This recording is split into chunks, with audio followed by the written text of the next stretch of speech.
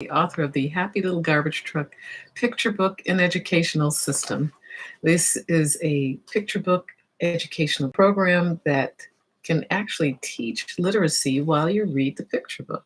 And so I said, if you can read a picture book, you can definitely use this educational program, which includes a teacher's guide and a student activity guide to go with each of the lessons.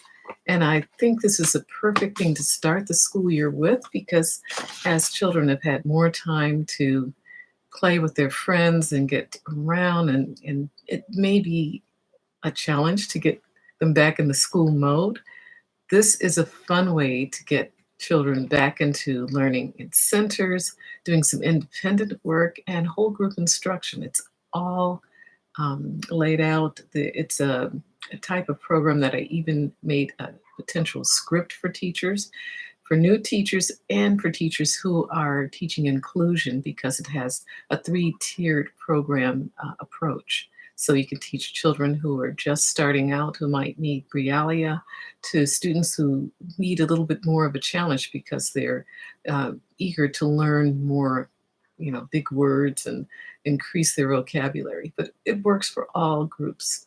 So let's get into today's conversation. We left off on helping to build a healthy self-concept.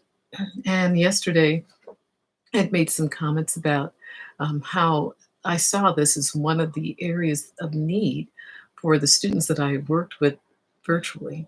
And um, a lot of them were feeling towards the end, of course, it's to be expected, a little down or depressed about being in the virtual educational setting instead of being in school.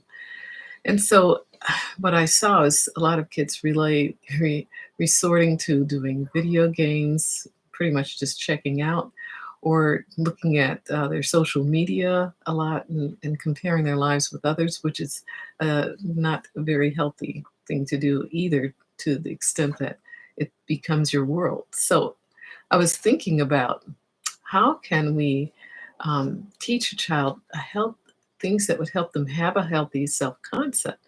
And I came up with this article by, her name is Z. Hereford, that I will start talking about tomorrow. But it was basically entitled How to Think for Yourself. And that really struck a chord for me and to me, because as I was growing up, my mother had a mantra that I will never forget. I will always remember, I would say it's a more positive way, but it was like so often that it was like, oh my goodness, she said, think for yourself. And so I was like reflecting on that. I said, why did mom say that so often? And I was thinking, maybe she saw how desperately I wanted to find and make a friend in my neighborhood.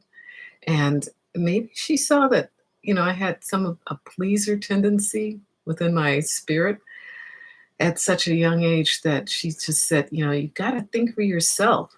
So it seems like even though she said this to all of us, it seemed like it was directed at me. And I don't know if that was because I felt that I needed it more.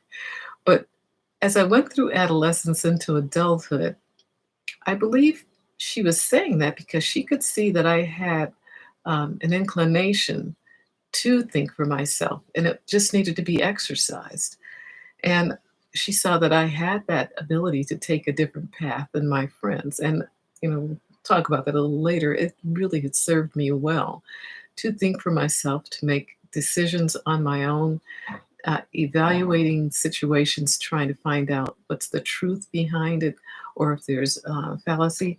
But basically, it's showing when we teach this skill to our students and our children, we're showing them that it is possible to think for themselves and make their own decisions.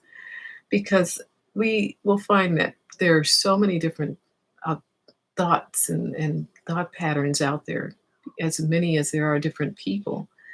And some of the people that we will encounter think very solidly, evidence-based, and then others will think in fanciful ways of how things should be. So But when we focus our children on thinking for themselves, we can ensure and perhaps direct them to think in ways that are both fair and right and honest for both themselves and for the other people that they're encountering. Because actually, as I wrote a note to myself, thinking for yourself makes more and more sense these days, is in particular. And we're actually teaching our children how to have a healthy self concept. So until tomorrow, I'll see you. Please subscribe, please share. And thanks so much for being with me today. Bye bye.